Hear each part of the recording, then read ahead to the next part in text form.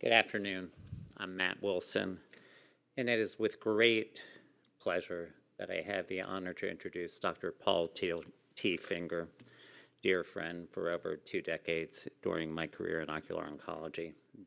Barrett Hike was a dear friend of Paul's, introduced me to Paul, and I value the friendship. Paul has established himself as a global collaborator in the field of ocular oncology. He's completed his undergraduate and medical degree at Tulane University before completing his ophthalmology residency at Manhattan Eye, Ear, and Throat Hospital. He had the great fortune of training with Sam Packer in ocular tumor, orbital disease, and ophthalmic radiation therapy at North Shore Hospital of Cornell University Medical College. He is the founding director of ocular tumor services at the New York Eye and Ear Infirmary of Mount Sinai and the New York Cancer Center. He's currently professor of ophthalmology at Tulane University School of Medicine. During his illustrious career, Paul has established himself by his significant contributions to our field. He has published 362 peer-reviewed manuscripts, 3 textbooks, and 85 book chapters. Most notably has been his international collaborative efforts to develop strategies to improve patient care. As chair of the AJCC Ophthalmic Oncology Task Force, Paul recognized the urgent need for a common universal language to describe eye cancers. He guided the development of both the 7th and 8th editions of the AJCC TMN eye cancer staging system. The systems now serve as the foundation for global clinical care and collaborative research. As he has said, what is made by the community will be used by the communities, and these are words of great significance. He continued his work as a global collaborator by chairing the American Brachytherapy Society of Ophthalmic Oncology Task Force, where he led the creation of the first guidelines for ophthalmic plaque radiation therapy.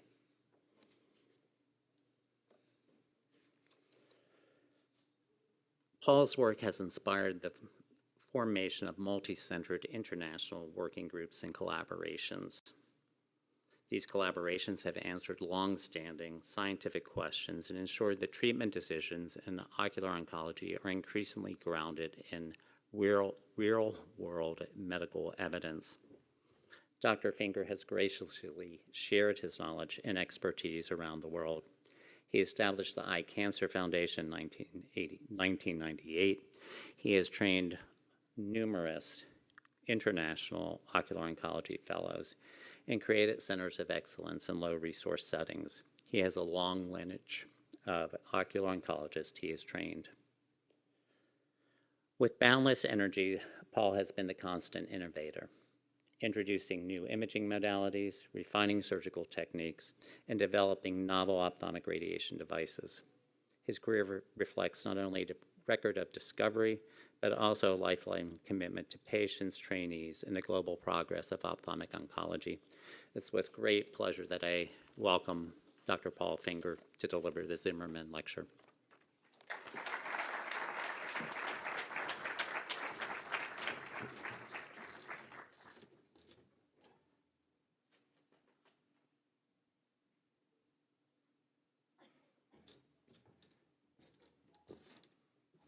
Thank you, Matt. And it's just wonderful to be introduced by you, and having known you so long and been a wonderful colleague of mine, and I appreciate it. Starting with financial disclosures, I founded the IP and LV Liberty Vision to develop new radiation technologies for all of ophthalmology, not just ophthalmic oncology. And thanks to the American Academy of Ophthalmology and the AAOOP board for giving me the honor of doing this lecture. Each year, the American Academy of Ophthalmology honors this remarkable ophthalmologist, pathologist, and scientist. His discoveries persist as foundational elements, building blocks, for new diagnostic and therapeutic advances. A teacher of teachers, a pathologist of precision, Dr. Zimmerman devoted his life to ophthalmic pathology and as a scientific art. So I can't do better than my introduction. So I'll tell you a little bit about myself. I wanted to be an artist when I was little and as a young man. And I went on along the way, I discovered that there is art in medicine and that caring for patients is the highest form of creativity. And it's been a great adventure and just a wonderful way to spend your life. So when I was asked to give the lecture, I wanted to do something creative, something different. So I went, and many of you, I'm sure, have files of your reprints and things that you've done. So I went through my files, and let's call them, and I found some common themes, and let's call them the pathways to discovery.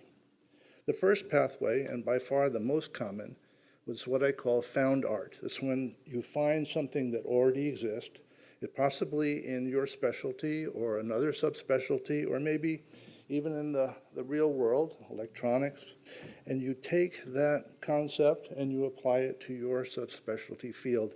And that's still a discovery, because you'll find that once you do that, all kinds of other things reveal themselves.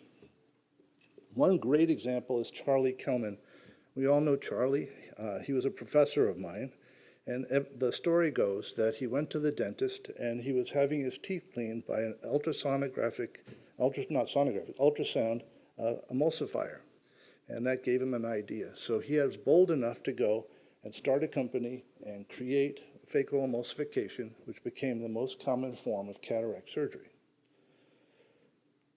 I entered the ophthalmology in the 1980s, and looking back, there was the intergroup rhabdomyosarcoma study and the CHOP studies, which worked together as in a way to create treatments that worked for children affected by cancer. So the second pathway to discovery, what we'll discuss, is power in numbers, where the community works together. And lastly is the group, another discovery pathway, what I call aha moments. Aha moments are when, it's what everyone thinks of when they think of discovery. It's like a lightning bolt going off, or some moment of insight, or a light bulb going off, and it's something new, something entirely different, not something you found somewhere else, and not something that you needed a group to come to. But in fact, it's the least common of all. So let's take a look at some of my found art. Way back in 1990, when I was a young ocular tumor specialist, I was trained to use fine needle aspiration biopsy, and I was putting needles through the pars plana into tumors, and I was watching the needles go into the tumor, and I knew the needle had a sharp tip, and it was disappearing into the tumor, and who knew where the sharp tip was? And I didn't like that very much. And then once I was in the tumor, I had to sort of jiggle it a little bit and aspirate, and my associate surgeon was pulling on a syringe, and this is not really what I thought we should be doing. So I went to my retina colleagues, and I noticed they were using aspiration cutters, and aspiration cutters were great. They were machine controlled. You could vary the suction. They had a dull posterior edge, so if you hit the sclera, you weren't going to pop through it with a needle tip into the orbit. And so I decided we were going to try to biopsy patients with aspiration cutters. So I was, 4 years out from residency, and we weren't doing a lot of vitreous surgery at the time, and so I had this really great retina surgeon named David Fastenberg. So I not only borrowed his aspiration cutter, but I also borrowed the surgeon, and I said, we're going to go and do a thing which was named VRAB, vitreous retinal aspiration biopsy. And sure enough, that worked great. We got lots of material. And in addition, as we saw in the previous talks, we were able to raise the bottle when the hemorrhage occurred and stop the bleeding, so I could still see the tumor at the time of plaque surgery. The second, I'm not going to go through all of these, but I wanted to highlight a few of them. Topical chemotherapy was another interesting story. I had read an article by a doctor named Fruch Perry from Israel, and he was using mitomycin to treat squamous carcinomas of conjunctiva. So I thought that was a great idea, because here you are, you're putting in drops, you don't have to worry so much about margins. The drops are going everywhere. So I took one of my residents aside, and we decided we were going to treat conjunctival melanomas in pan with atypia, which is what it was called at the time. We now call it melanoma in situ for the AJCC. And we treated a lady who refused excision and cryotherapy, and sure enough, the tumor melted away, and that was the first case. Since then, there was another resident, Dr. Sadiq, who I did the same thing with several years later with interferon, and the one that's probably most important in a way was that with my fellows, Sonal Yadav, we started doing multiple sequential treatments for resistant lesions. So we used polypharmacy, different drugs, and we found that most of them, even these giant lesions, could be melted away with persistence. And one of the most interesting side effects was that my surgical volume dropped 40%, because I now maybe take 10% of those patients to the OR. They're all treated in the office. The next few we're going to move a little bit faster on, because we have a mind map. If you all have seen my book, you know I love mind maps. Anyway, so the first one was amniotic graft, another story. So a salesman named Alan Cohen came into OR 9, a New York Eye and Ear, and he said, "Hey, Dr. Finger, can you use these amniotic grafts for anything?" And I was sitting there, and I was doing an anterior plaque, and I've been doing them for over a decade. And the thing about the anterior plaques for iris melanoma was they were really painful. So I sewed the plaques onto the cornea and put a Gunderson flap over the top, but still, it was really painful. So I already had human tissue that was 0.1 millimeters thick, so I didn't have to worry about dulling the radiation at all. It could pass right through regular tissue, and I could treat the patient. So I slid this amniotic membrane. You didn't have to sew it in, because it's like the plaque creates enough pressure to keep the amniotic membrane in place. I'll move this away from me. I'm dangerous here. Okay, and all of a sudden the patients had like 8, 9 pain, went down to 2 pain, so there was no more narcotics for me to write for, a lot of less calls in the middle of the night, and they were all just taking regular Tylenol, and they made it through their treatment. So that was a big thing for both of us, the patients and myself. Then he came back, and he had these super thick amniotic membranes from the periumbilicus. And I said, wow, I could use those instead of buccal grafts. And you know, any of you who do buccal grafts know that it's not really a lot of fun for the patients. And I could use these super thick amniotic membranes for ocular surface reconstruction. And everybody was really, really happy until, I don't know why, but New York State told them they could no longer sell it in our state. So that was another issue. Don't go there. The next one was anti-VEGF treatment. So back in the day, this is around 2005, everyone was really excited. All the retina people were really excited. They were giving intravitreal anti-VEGF therapy, usually Avastin, and their AMD patients were doing great. But my patients, my radiation maculopathy patients, my radiation optic neuropathy patients, not so much. I had done some work with laser, which helped a little bit, but nothing like what I found when I started giving anti-VEGF shots. So sure enough, Joe Walsh said, go for it, do it. And I went ahead, and I almost fell out of my chair for the first few patients. I just couldn't believe it. After all this time, almost 20 years of watching patients with radiation maculopathy lose their vision, all of a sudden the hemorrhages were going away, the cotton wool spots were going away, the macular edema was going away, and the question only was how long was it going to last? And I can tell you that as long as there's no extend, if you can keep your retina people from extending the patients too long, they're going to keep their vision a really long time. I'm due for another long-term follow-up paper. So the last one on this list is PET-CT. So obviously I didn't invent PET-CT, but I had a radiation oncologist who came in one day, and Lawrence Tenna, and he said to me, how come you guys don't use PET-CT?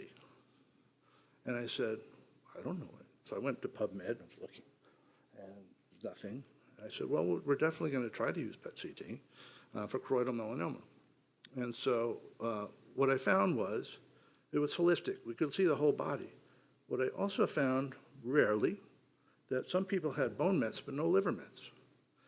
What I found in our 333 patient study was that 3.5% of the patients I did a PET CT on had a second non-ocular primary. And that was sort of a big deal for the patients too. The last thing that I found, which was sort of surprising, is that the patients had this peace of mind that once you did a total body scan, that they were free, at least by the best possible test, that they were free. And that made them gave them much less anxiety and peace of mind. So let's go back to Sir Isaac Newton, just a couple hundred years. So Sir Isaac Newton said, if I had seen further, it was by standing on the shoulders of giants. So clearly, found art is standing on the shoulders of giants. I didn't invent all those things, I applied them. I did find discoveries by doing it, but I did not actually invent those things. And now that I have actually brought things to market, I realize how hard that is. Let me go back. So the next type of pathway was power in numbers. And I've had some experience with that. When I took over as chair of the AJCC, everything was about statistically significant medical evidence. Nothing could be in the staging system that's not medical evidence. And so we needed large numbers, but we're a specialty of small numbers. So I realized that we had to get very large numbers together. So if you have one center with 100 patients, you have 20 centers, you have 2,000 patients. If you have national, you have a lot of centers. You have international, you have even more centers. And all this stuff became very, very important. So the next mind map shows you that how failure can prompt something too. I was actually a member of the 6th edition AJCC. I wasn't the chair. And we used to meet every 3 to 4 months in the Hilton in the Chicago airport in a conference room, and we worked through the 6th edition changes to make a staging system. And I can tell you for certain the registrars used it, but nobody else. There was no ophthalmologist I knew that was really using AJCC, much less the whole world. So what was the problem? The problem was there were 6 people who were making up something that was they were doing their best, but they weren't really, it wasn't a consensus thing. So when they made me chair, I invited 45 author members to the 7th edition, and each author member I found brought in by proxy their radiation oncologist, their pediatric oncologist, their medical oncologist, and we made something I think that was all medical evidence proved, something that was beautiful, and it was used. It was accepted by the world, most of the world, and the 7th edition was early, but also by the journals and societies. But once things are made as requirements for instructions for authors, it's amazing how fast it's adopted to research, and so it became really important for research. And the other thing that's important about this mind map is the 8th edition. And the beauty of AJCC is that every 4 to 5 years, we reconvene. And you look at the new evidence, and you try to incorporate the new evidence into the staging system. And so it's a living document that is evolving over time. And I recently handed off to 2 unbelievably competent people, Beta Ismaili and Jesse Berry. And because this thing is so huge, and especially the explosion of information, each one is covering their specialty, and we can still keep all of ophthalmic oncology under one umbrella. Now, Matt talked about the ABS. The neat thing about the ABS is I was the first ophthalmologist to be asked to do anything like that for a radiation therapy society. And the other high point was the working day. In 2015, Lawrence Desjardins made an auditorium available at the Curie Institute, and we had a meeting where we picked 6 subjects that no one could do themselves. It would require multi-center effort to get it done. And we actually got most of them done. You probably know this, but that we developed an open access textbook that was aimed at underserved and unserved countries. Doctors needed to do surgery on patients, and there was nobody there to do it. And so that was published. And it spawned probably, most importantly, multiple registries. There was a registry, there's the famous registries, or the most productive registries, I should say, is the Danish Lymphoma Registry. There's 10 wonderful papers that came out of that. The MD Anderson Registry, and the Princess Margaret Registry, which I was involved in, and the AJCC OOTF was involved in. And all these beautiful papers came out, some unbelievable foundational papers for, say, on retinoblastoma. Ankit Tamar is here in the audience, and he took a lot of responsibility for that and did unbelievable mountain moving to make that happen. So the third pathway to discovery is the aha moments. Those were the light bulbs and the lightning bolts and realizations. And I attribute that the first thoughts about that was to Plato, who said, "Our need will be the creator." And the modern day version of that, you know, is necessity is the mother of invention. And here's a few examples. I've talked a little bit about epicorneal plaques. I started doing epicorneal plaques because we did ciliary body plaques, and the edge of the plaque was over the cornea, and the corneas looked fine. So basically, I said, well, why cut out the iris and ruin the pupil? And so we started plaquing corneas. And then slotted plaques, I'm going to have to get into with a case because I have to explain it. And light-guided, light-defined Y90 brachytherapy might just blow your mind. And the last one I put in here, I just published this year. It's Finger's bipedical conjunctival flap. If you get a chance, take a look at it. But the subtitle on that one is, "It's never too late to have an aha moment." There we go. So aha moments, in my experience, have often come when the patient says no to standard therapy. And this is no in over 30 languages. I did that for fun with ChatGPT. So the first patient ever to have a slotted plaque was a 33-year-old mother of 5 who just got divorced and was referred to me. And she had that tumor. And I told her, and at the time, this was 2004, I told her, you know, standard therapy was either a nucleation or proton beam. And I explained to her about nucleation, and I told her about proton beam and with anterior segment issues with that and what she's likely to live with the protons. And I sort of recommended a nucleation, I think, if I had to pick. And she said no. She said, listen, I'm single. I got 5 kids. If I have a nucleation, I'm never going to get a date. That's in her mind, never going to get a date in her life. But in reality, I think most of my patients are actually pretty happy with their cosmetic effect. Anyway, so I had to do something. And so you see, I did something sort of out of the box. But and she's 20 years later. This is a 20-year follow-up. I saw her 2 weeks ago. She's 2,200. And that's a lot of Avastin went into that eye, just in case you're curious. Okay, so what's a slotted plaque?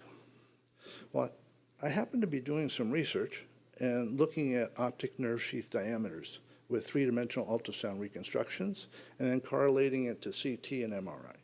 And I knew that the optic nerve sheath was much bigger than the optic disc.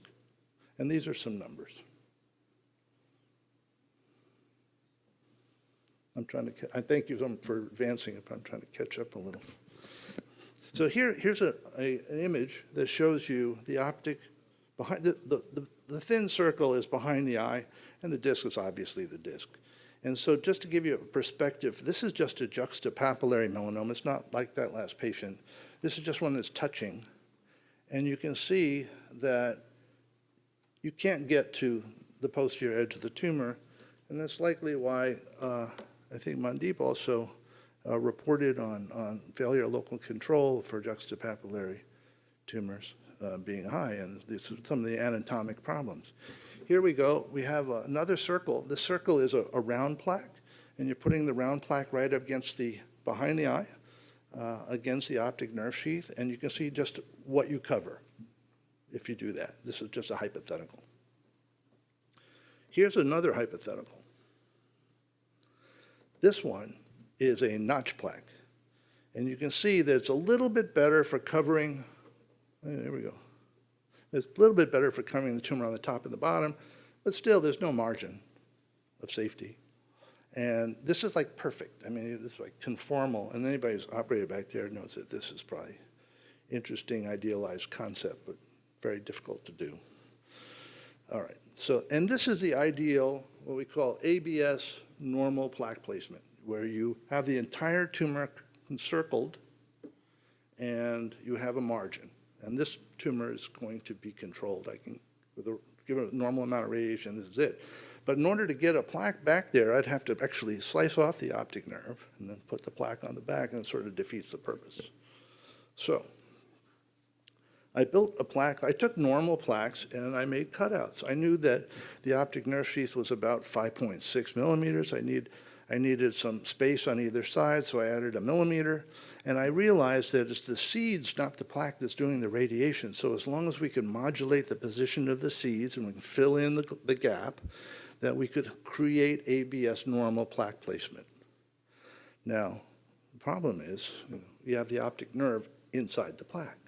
So what is the optic nerve getting in terms of a radiation dose? Well, no more or less, well, maybe a little more than protons, but it's only the last 3 millimeters behind the eye.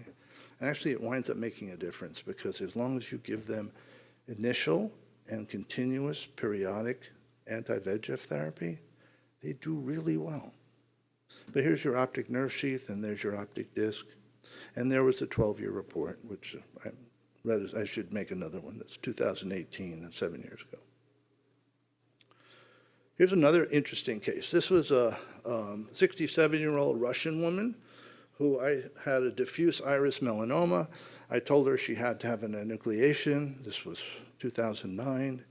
And that was because I didn't think you could put a plaque over the entire anterior segment and have an eye within a year or two. And that's what I told her. I really said, okay, I'll do it, but I don't think you're going to have an eye within a year or two, and it's going to be very uncomfortable. And there's stem cell, radiating all your stem cells, was I said to myself, because she didn't know what stem cells necessarily were.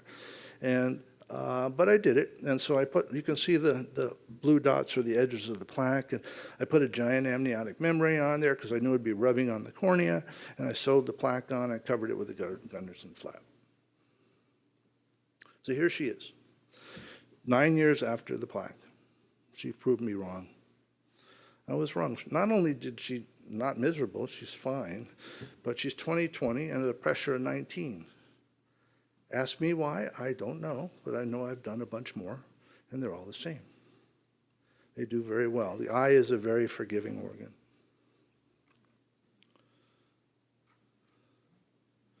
So what's new? Now we've been over all the old stuff. I have a thing that says read. What if we could do episcleral brachytherapy in minutes?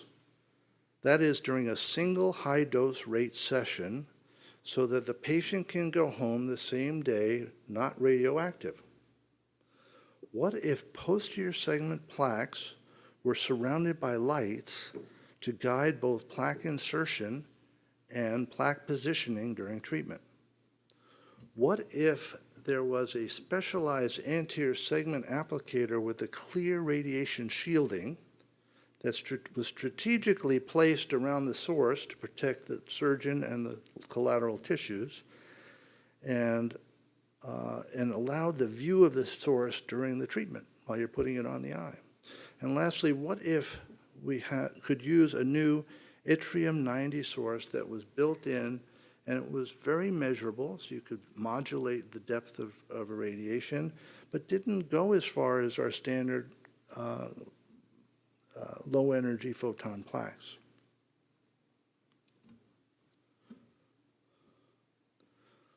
So, for those of you in the audience who do plaques, this might look familiar on the left. You're seeing a time-compressed high-speed video of a seated plaque inserted for an anterior segment melanoma. In real time, the procedure takes about 30 minutes, followed by 5 to 7 days of outpatient treatment, and then a second surgery to remove both the plaque and the amniotic membrane used to protect the cornea. Let's see if I can do this. For comparison, this is another anterior melanoma. There were markings placed on the front of the eye. The applicator was placed on the markings. This is me putting it on the eye. This is beginning.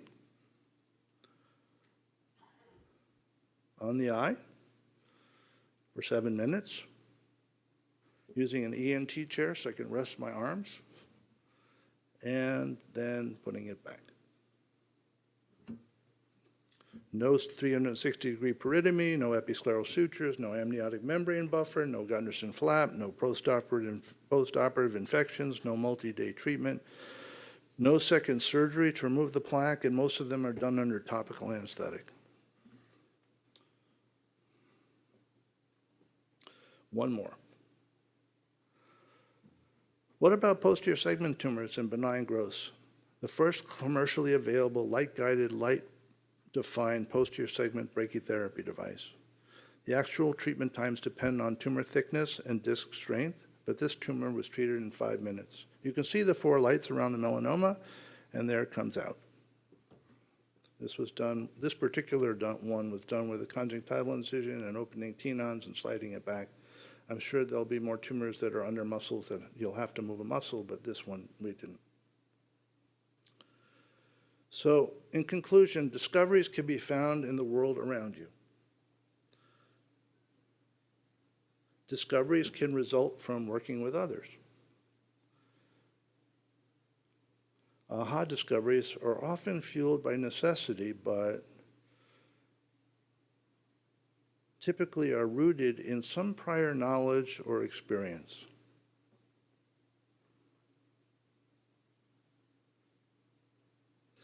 To all the people and groups that helped me make my discoveries possible, innovation is a team sport. I thank my teachers who allowed me to see what was missing, and in doing so, helped me discover what was possible. Thank you to my patients who put their trust in me to find new diagnostic and therapeutic approaches. And thank you to my wife, Marcy Finger, whose personal sacrifices gave me the time, space, and support to make my art. Thank you.